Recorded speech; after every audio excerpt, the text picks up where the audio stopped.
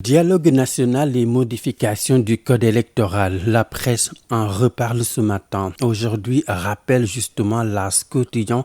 L'Assemblée nationale va examiner le projet de loi portant nouveau code électoral et d'aucuns pointe mon confrère s'attendait à ce que le chef de l'État tranche les points de désaccord. Le cocotier n'a pas été secoué. En d'autres termes, explique l'As, le président de la République a préféré maintenir le statu quo pour ceux-ci et intégrer tout simplement les points consensuels dans le nouveau texte code électoral. Tout sur la dernière mouture du projet de loi envoyé aux députés. Dans l'Observateur, arbitrage de Macky Sall, la commission politique entre déception et optimisme, le recouvrement des droits civiques de Khalifa Ababacar Sall et de Karim Meïssa Wade. Macky Sall, le dernier arbitre, s'exclame Sud Quotidien, mon confrère, pour qui même si certains acteurs du dialogue politique préfèrent parler de questions qui avaient été différées pour éviter d'admettre l'absence de consensus sur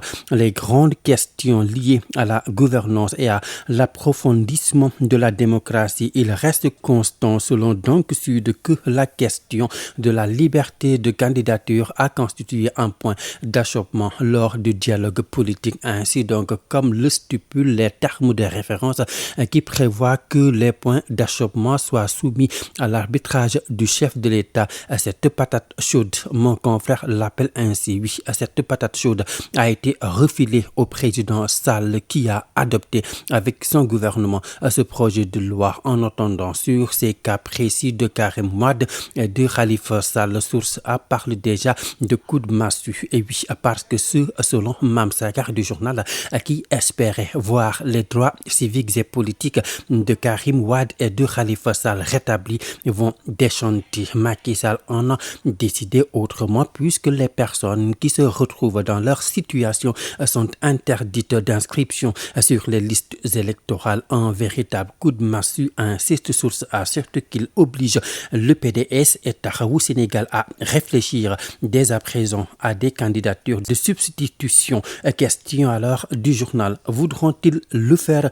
C'est cela la question. La question, c'est également la COVID-19 et le variant Delta qui précipite selon critique. Le journal, la troisième vague, 356 cas positifs dont 229 de type communautaire plein pied dans la troisième vague, souligne le quotidien, pour qui le bilan épidémiologique d'hier rappelle les journées sombres quand le pays était dans le creux des deux premières vagues. En tout cas, du 30 juin au 7 juillet 2021, le Sénégal a enregistré un des critiques 1308 nouveaux cas. Seulement, la flèche de la contamination est montée crescendo et en l'espace d'un mois, la crainte est réelle que notre pays a basculé dans une troisième vague avec une percée forte du virus Delta. Et puis entre mai et juin, le bilan renseigne toujours le journal est passé du simple au double et le variant Delta qui a été identifié dans 16 pays, dans le Sénégal où les contaminations ont connu une hausse inquiétante depuis la date